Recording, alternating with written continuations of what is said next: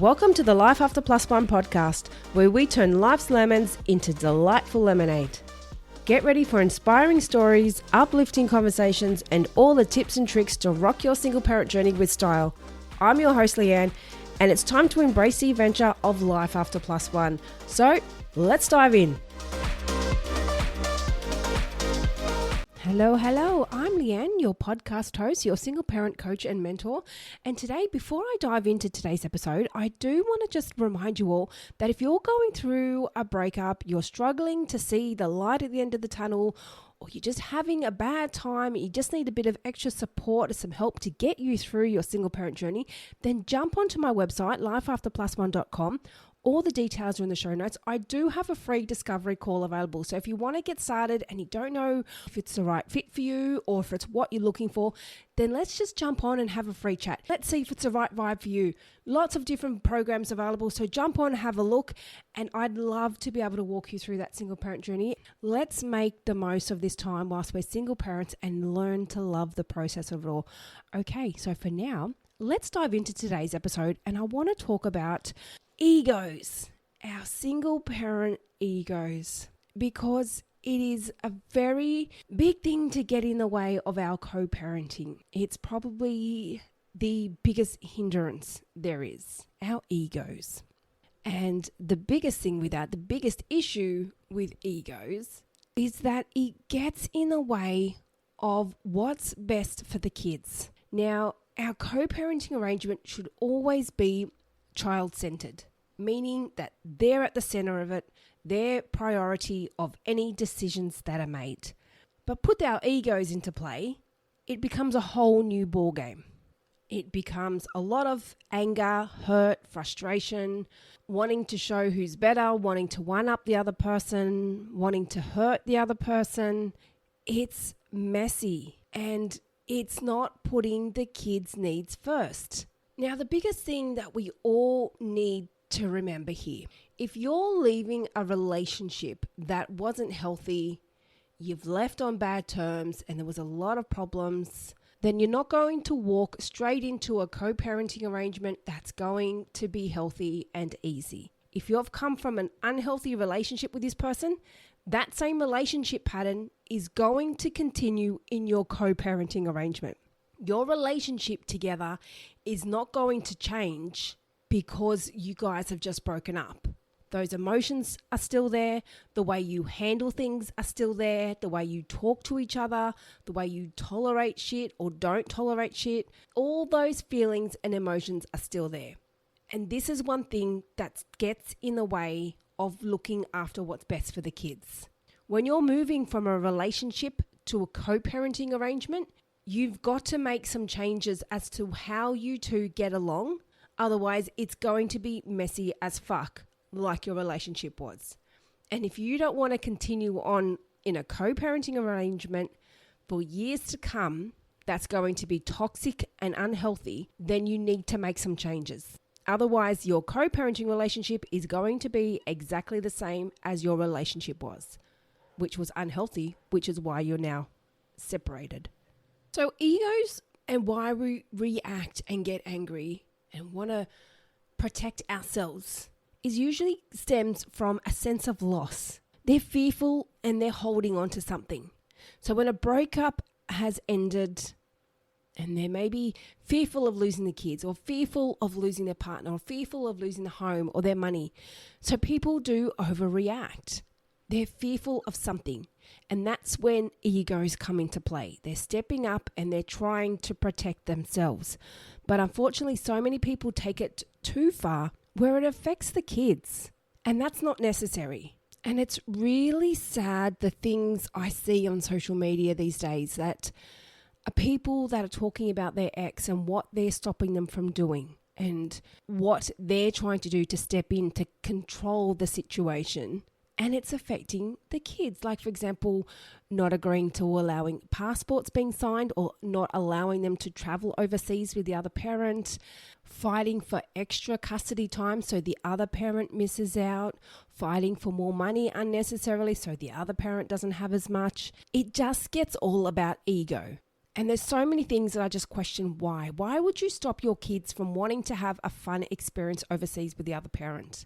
And it comes down to them feeling left out. But they've got to accept that's the reality now. And their actions need to reflect the priority of the kids. Now, in a situation where you're dealing with a narcissist, their actions are not going to reflect the priority of the kids. Their actions are going to reflect them and what is best for them, no matter what. And they will never see it that way.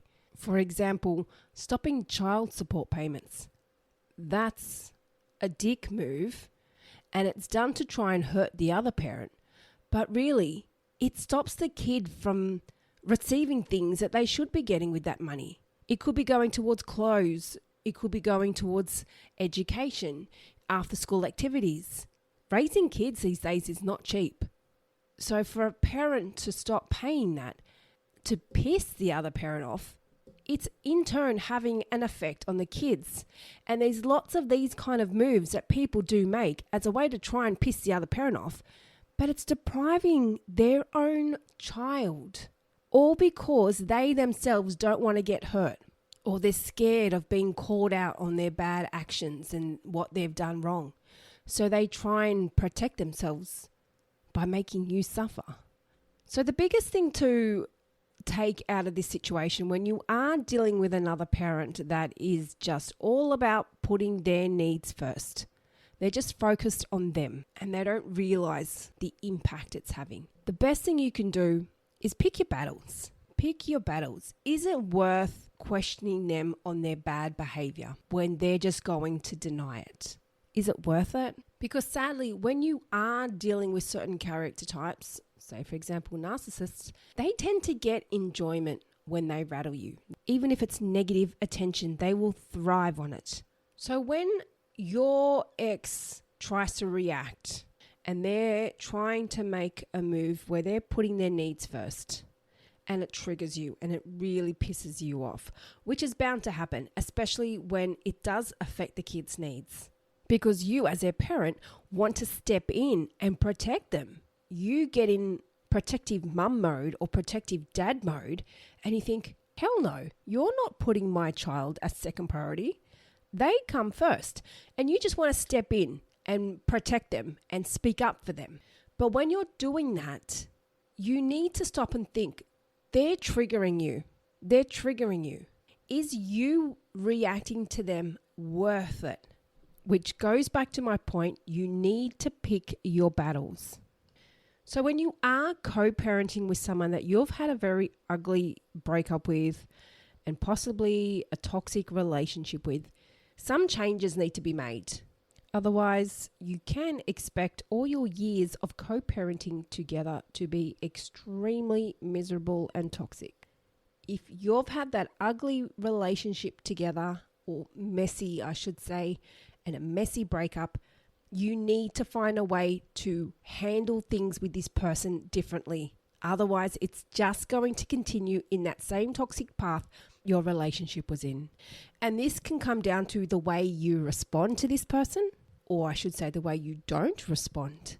Instead of constantly answering back when they message something, even if it's something stupid and ridiculous, you ignore it. And it comes down to setting your boundaries. If you want a healthy co-parenting relationship with this person that's just constantly focused on putting them first and wanting to say, screw you, I'm going to show you, then you've got to make some changes to this relationship. Otherwise, it's just going to mess with your head for years to come. So one of the biggest things you can do when you do get triggered by this person is just to stop. Stop and think, why does this upset me? Why am I triggered by this? Why am I letting this get to me? Because when you can actually stop and look back on the situation and look at what's happening and look at your reaction from an outsider's perspective, you will respond very differently. When you can actually process what's happening and realize that they're just trying to rattle you, you realize my reaction is not worth it. Why am I wasting my time? So when you do get triggered by this person, the first thing, just stop and think, why am I upset by this? Why am I so worried and hurt and offended and frustrated by this person's opinion who is not a part of my life anymore? Why does it bother me? Why am I letting them get to me? Why are you giving them your energy? Think about that next time you get really upset. Take a deep breath and then don't respond straight away, because when you respond in the heat of the moment when you're angry, you're going to retaliate and get angry back at them. Take a deep breath. Think about what's just happened. Think about why you're getting angry. Why are you getting angry? Now, fearfully so, they could have said something quite nasty to you.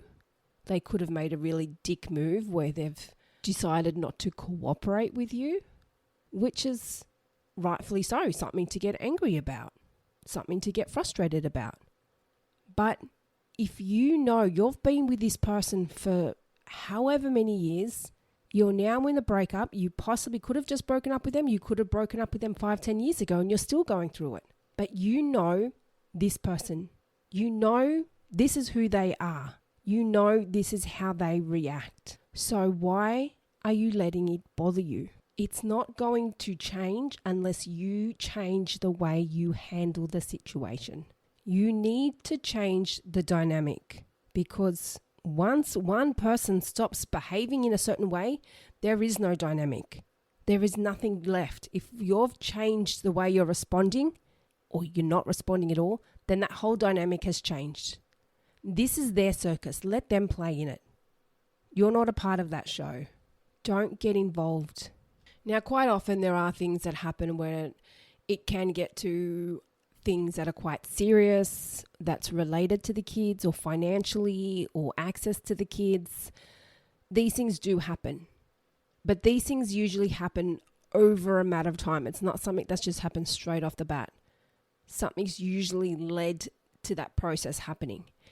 I'm not going to give any legal advice on this situation. So if you are in that situation, then it is best to get legal advice if you're in a situation where you've been deprived of access to the kids, or they're stopping child support payments, or they're depriving you of certain things that you should be getting in the breakup. This is all part of their ego and refusing to let go of things. But hopefully, if you find a way to change the dynamic early on, it won't get to this point. Don't let a situation escalate. Usually when it gets to that point where things are happening that are quite serious, it's because it's escalated to that point. We don't want to do that, because we always need to remember you're modeling your behavior to the kids. They watch how we communicate and how we navigate different scenarios. If we're handling this situation by getting nasty with our ex, or by depriving them of certain things, or by not letting them see the kids, they see this, they see what's happening.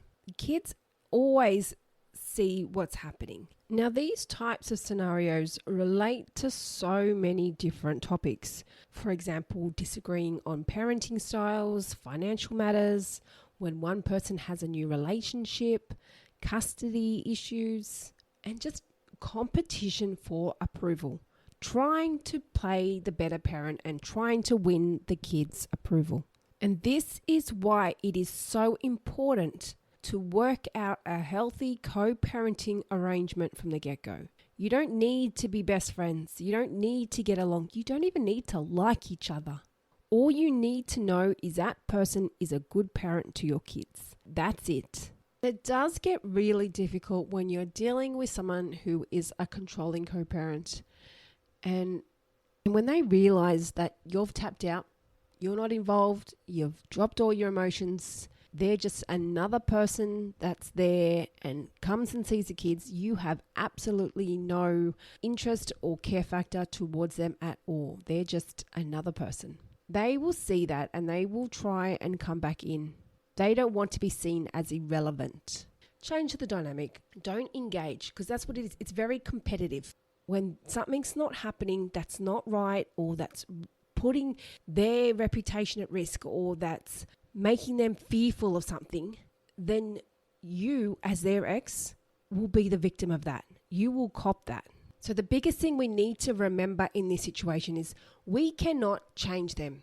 We cannot change anything they do, anything they say, how they react. Their opinion is always going to be the same. I've dealt with this for nearly 10 years now, and nothing has changed with him. Eventually, he'll go through his little moods where he might be a little bit nicer, and I'm constantly walking on eggshells. So this is why I do not engage in any contact that's unnecessary. And when someone's trying to make you look less than them, that's an ego thing. That's an ego thing. Don't play that game. That is their circus. You don't have a ticket for that show. Get out of it. And it is very hard. It's hard just to ignore it. It's hard to let it slide. But if you respond, if you engage, if you keep going with their stupid demands and keep going with the communication, it's going to escalate. It is going to escalate. It's not just going to improve and be healthy, happy, sunshine, roses overnight because they've just woken up in a good mood. It doesn't work like that. And the hardest part about this is, even though you're trying to do the right thing and they're not, you can't control that. And it's going to happen. There's going to be quite often a situation where one person's trying to do the right thing and you've got one other person that just keep making these dicky moves. You can't control them. Your only way to control the situation is to control your reaction. And to stop it from escalating and getting uglier and uglier is just to keep the peace. Sometimes you just got to put a smile and say, sure, okay. And if it means keeping the peace, then so be it. If it means making a healthier, happy environment for you and for your kids, then so be it. If the co-parenting arrangement and process is much easier, then so be it. But if your ego is hurt and you're depriving your ex of something and you're stopping them from seeing the kids or you're stopping them from spending certain occasions with them, stop and think, why are you taking it personally? Why are you taking this situation that should be based around the kids? Why are you taking that personally? And why are you putting your needs ahead of the kids? Co-parenting should be purely about the children. They didn't ask to be in this situation. They didn't ask to be in the middle of this co-parenting arrangement, in the middle of this breakup. And they're probably not even complaining about it. They're just going along doing what mum or dad says. But you need to make anything that's about the other parent and vice versa with their needs as priority. And that's it. You need to step back and take your identity out of it. This isn't an ego game. This isn't about who's the better parent. This isn't about who's going to have more time with the kids, who's got more money, who's got the bigger house, who's got the best partner. Who gives a fuck? Who cares? It's not about where we live. It's not about how much money I have. It's not about what we wear, where we go on holidays to. Kids don't care about dollar value. They care about how they're being parented. And they pick it up. They see. And if you're being a jerk to your ex, the kids pick up these behaviors. They see this. So the biggest thing you can take out of a situation with your ex, if you're having issues with your co-parenting arrangement, then what has changed since your breakup to make that easier for you and your kids? What's changed? If nothing, then it's time to make those changes.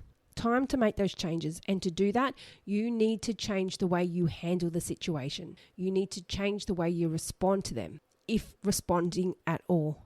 Don't get sucked in. Even if they message you about your appearance, they might message you about your new partner, they might message you about your job, something totally irrelevant. It's all to rattle you. And if you do rattle, you're going to bite back and it's going to escalate. And this is when things get really ugly and really messy, especially when you're dealing with settlements and custody. When you start to get nasty with your ex, all those things get messy. And it blows me away. This is one of the biggest things that you can take away from life. And I see it all the time when you go somewhere, as a business owner myself, and I've been in business for a number of years. If you've got a customer that's coming to you and they're a complete arsehole, and they're complaining about something, how likely are you going to be to want to cooperate with this person? If someone's come into you yelling and screaming and getting abusive at you in your business, good chance you're just going to want to kick them out and say, listen, get out of here. I don't want to have anything to do with you. But if they come to you calmly and cooperatively and speak to you about a situation that happened that wasn't so positive, there's a good chance that you will want to find out what the situation was. There's a good chance you will want to cooperate with them because of the way they handled the situation. And I see it all the time when people go out in restaurants and they complain and they get angry. And I just think to myself, where is this going to get you? Where is that mentality going to get you? If you're in a restaurant or somewhere and you're abusing the staff, what do you think you're going to gain from that? If you're not happy about a situation, if you talk to someone calmly and politely and be nice about it, there's a good chance they're going to want to cooperate with you and help you out. And the same thing applies with co-parenting. When you're dealing with your ex and they may be being an asshole, but if you're doing it back to them, they're just going to keep doing it back to you. They're going to be like that business owner. They're like, fuck, I'm not dealing with that. And they just keep either going off at you or they'll just ignore you. And then they're not going to want to cooperate with you later down the track throughout the co-parenting arrangement. If you want your co-parenting life to be easier and healthier, then you can't go in there yelling and screaming and fighting and trying to get your point across in an angry way. We understand that when you go through a breakup, you have a lot of emotions going on. It is standard. You've just broken up from the love of your life. That's why you're hurt, you're upset, you're lost, you're confused. This is why co-parenting is so hard, because now you've got to handle kids and life and everything on your own, but you're also dealing with the heartbreak of the love that you've just lost, the life that you've just lost and everything else. It's a lot to take on. All these emotions and everything is a lot.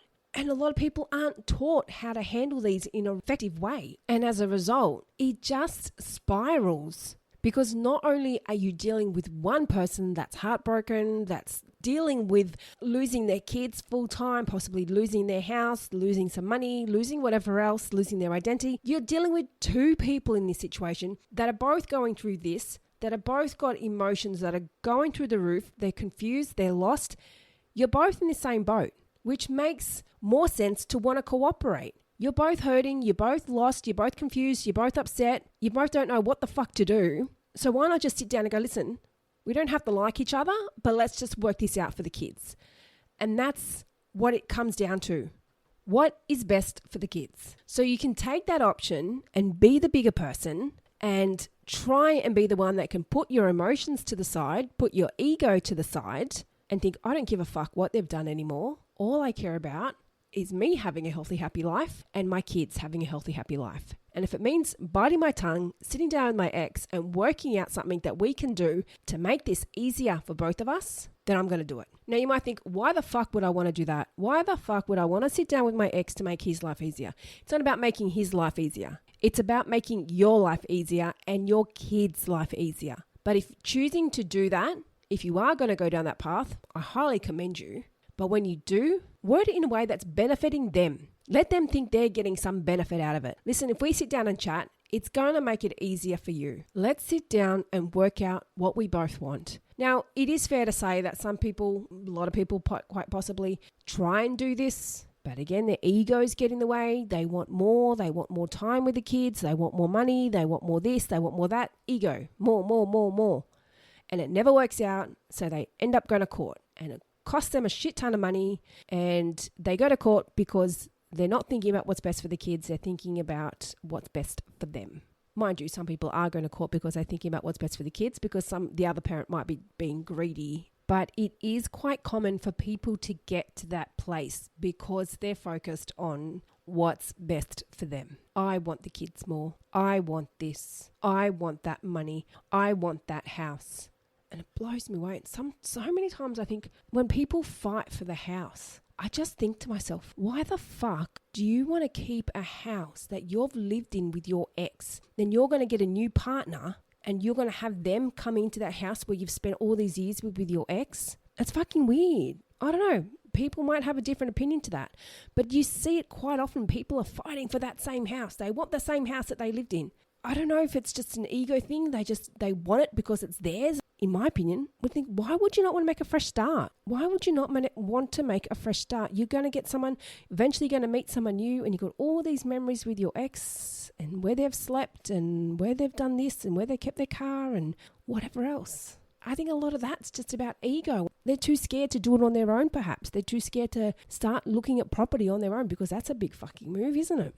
And that is a show I'm going to look at doing down the track, investing in property as a single parent, because it is a scary one. That's a big move. But back on track. So when dealing with egos, with co-parents, all these emotions, all these me, I's, I want, stop and think. What do the kids want? What's best for them? And if the other parent is not going to cooperate with you, then change how you handle the situation. If it's just been messy all the way through from the breakup and it still continued to be messy because something hasn't changed, so you need to look at what you can change to make this an easier process. And if that means just ignoring messages, if it means just responding to them on only set occasions because they're not going to cooperate, they're not going to come to the party no matter what.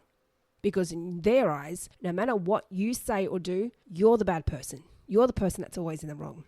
And I'm that person with my ex. I'm always in the wrong. But I've learned to deal with that. That's okay. That's his opinion. That's one of millions, billions. I don't lose sleep over that. And that's how you need to be. You need to get to the point where it doesn't faze you what they think. But just make sure it's putting the kids' needs first. It may involve going down the path of mediation or legal advice if that's what it takes to get the other person to want to sit down and listen to you, because it's not an easy process to get an uncooperative co-parent to all of a sudden want to sit down with you and look at what's best for the kids, because they're still in that headspace of, well, fuck, I'm not giving you what you want. I'm not going to cooperate with you. Even though you're might be willing to put your ego aside, you might be willing to put your anger and emotions aside, they might not be. So it's not easy to come to the party or come to an agreement when they're not going to cooperate. And that's the big thing. If you want to make something work best for the kids, you've both got to cooperate. And unfortunately, if that other person isn't willing to, you've just got to learn how to handle it. And by that, change the dynamic. Don't go to their circus. All right, guys, I'm going to wrap this up. And if you've got any other single parent friends out there that will benefit from this, share it with them. Write a review, because getting a review out there gets us seen out there more. Gets Life After Plus One seen in the world of podcasts. And let's get this word out there. Let's get more people on board, because it's my job to help everyone in their single parent journey and make this a fun, enjoyable process. So like I said, write a review, give us a like, give us a star, give us a share, because I love it all. And don't forget, if you are wanting some extra support on your single parent journey, jump over to my website, lifeafterplusone.com. I'm here to help you through the process. It's fun if you've got the right mind frame. So let's walk through this single parent journey together and learn to love it. So that's it from me today, guys. Thank you all. And until next time, I'll be in your ears then. Thank you for joining us on the Life After Plus One podcast. If you loved what you heard today and looking for some further support, then jump onto our website, lifeafterplusone.com. Plus, don't forget to check out our Instagram page for further resources and inspo. You can find all the links in the show notes. And remember, you're not alone on this path. I'm looking forward to seeing you on the next episode. And in the meantime, keep thriving, keep growing, and keep exploring your amazing life after Plus One.